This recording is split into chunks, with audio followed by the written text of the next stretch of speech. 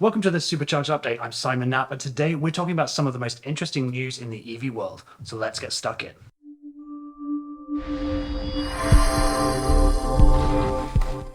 Let's start by talking about Tesla. Andrej Karpathy, Tesla's Senior Director of Artificial Intelligence, has announced he is leaving the company. After 5 years of service, it's time for him to move on to focus on open source projects, AI, and education. I think most people who heard of Karpathy's sabbatical earlier in the year were expecting him to announce his resignation upon return, so this comes as no real surprise. Living and working on the cutting edge of technology must be, and I know it is, exhausting, and fatigue or burnout must ever be on the horizon. Thankfully, this does appear to be an amicable split, and Elon responded on Twitter saying, "Thanks for everything you've done for Tesla. It's been an honor working with you." Now, I've seen a lot of fearmongers stating this is the end, Tesla is doomed, FSD is snake oil, etc. But should we really be concerned about Andrej's departure and the layoff of several hundred artifact labelers? It definitely is hard to understate just how important to the Autopilot and FSD effort Andrej has been. And thankfully, as a senior leader, he's built a very solid team of hundreds of strong, competent software engineers. And they'll continue to build on the full self-driving project going forward.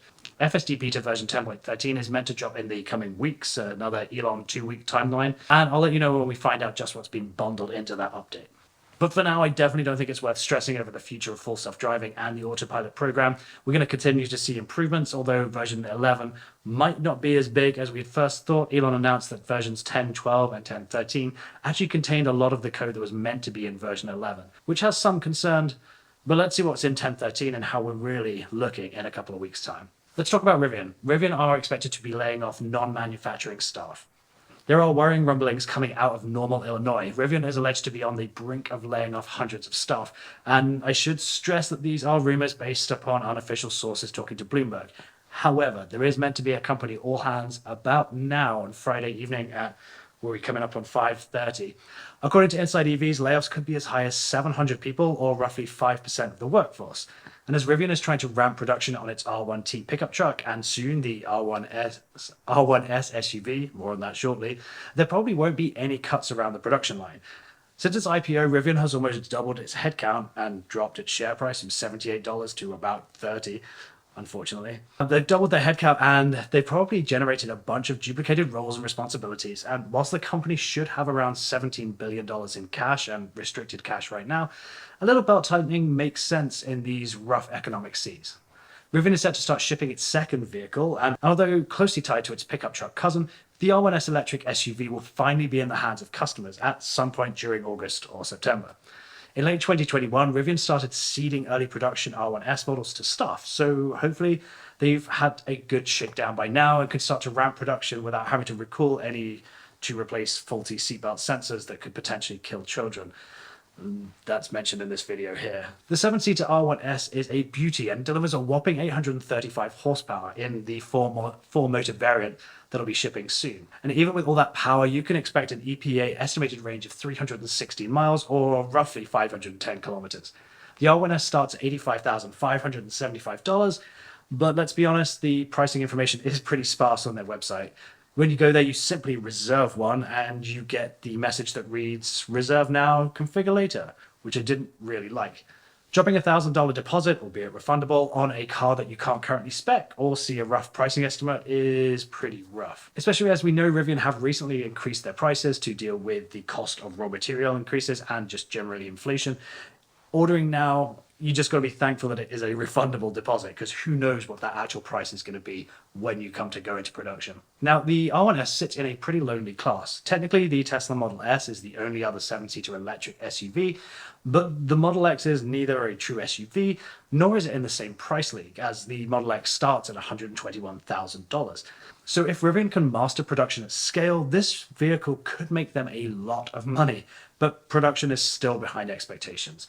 Rivian closed out Q2 producing 4,400 units, giving us a running total of change out of 8,000 vehicles so far this year. Making the goal of 25,000 units in 2022 seem like a tough ask, although they have released today a statement saying that they are on track for 25,000. So Perhaps they're expecting production to ramp up in the coming weeks or months in order to get ahead of that target. Let's have a look at something really daft that's going on in the US right now.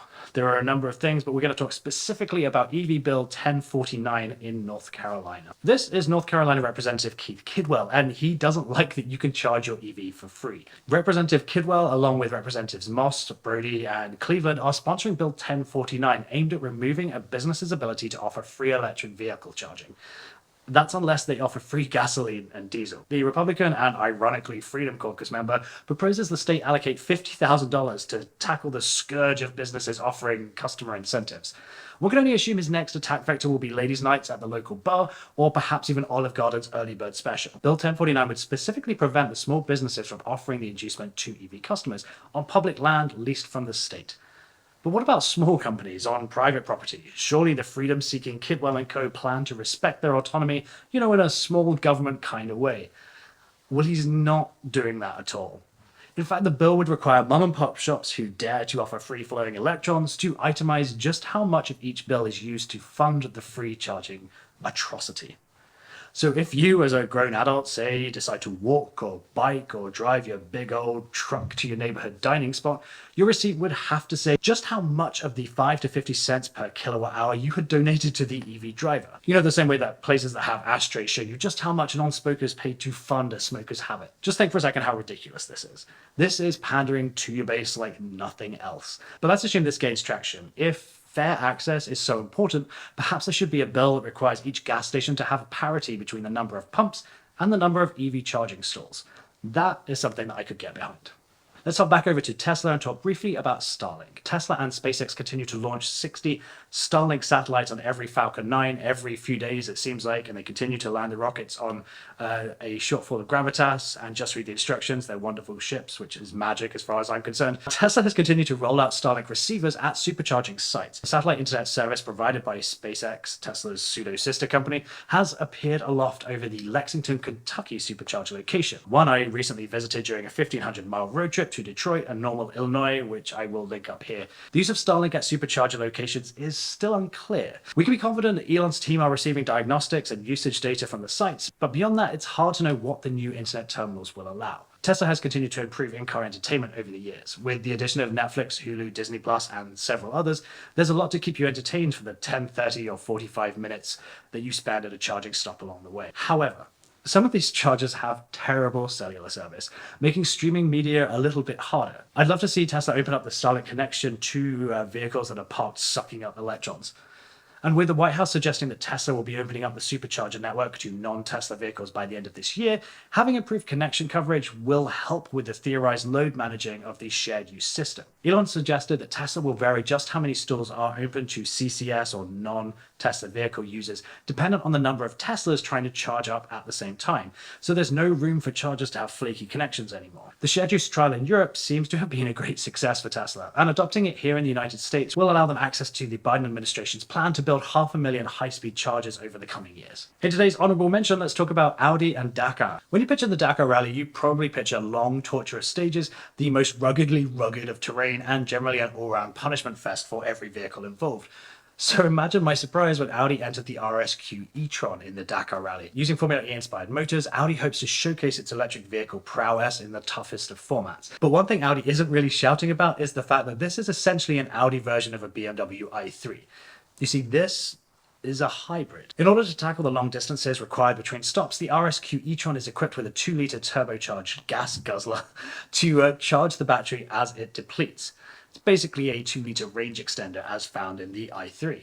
It's worth noting that all energy to the drivetrain does come from the electric battery and thus the electric motors. So it is an electric vehicle just with a range extender. One thing that would concern me is the sheer weight of EVs and the heavy-duty impacts that can be expected driving through dunes in Saudi Arabia. Let's hope the Hulk version of a Prius really can stand up to the demand of the stages and maybe even pick up some trophies. That's it for this Supercharged update. If you've enjoyed this video, please consider a like, a comment, and subscribe. That would be great. As you probably noticed, if you've got this far, we've been away for a couple of weeks. I did get COVID, which was rough for a week, well, for a couple of days at least. And trying this new format with time blocking to make sure that I can stay on top of the news and get these videos out just as quickly as possible to keep them relevant to you. And with that said, I'll see you in the next one.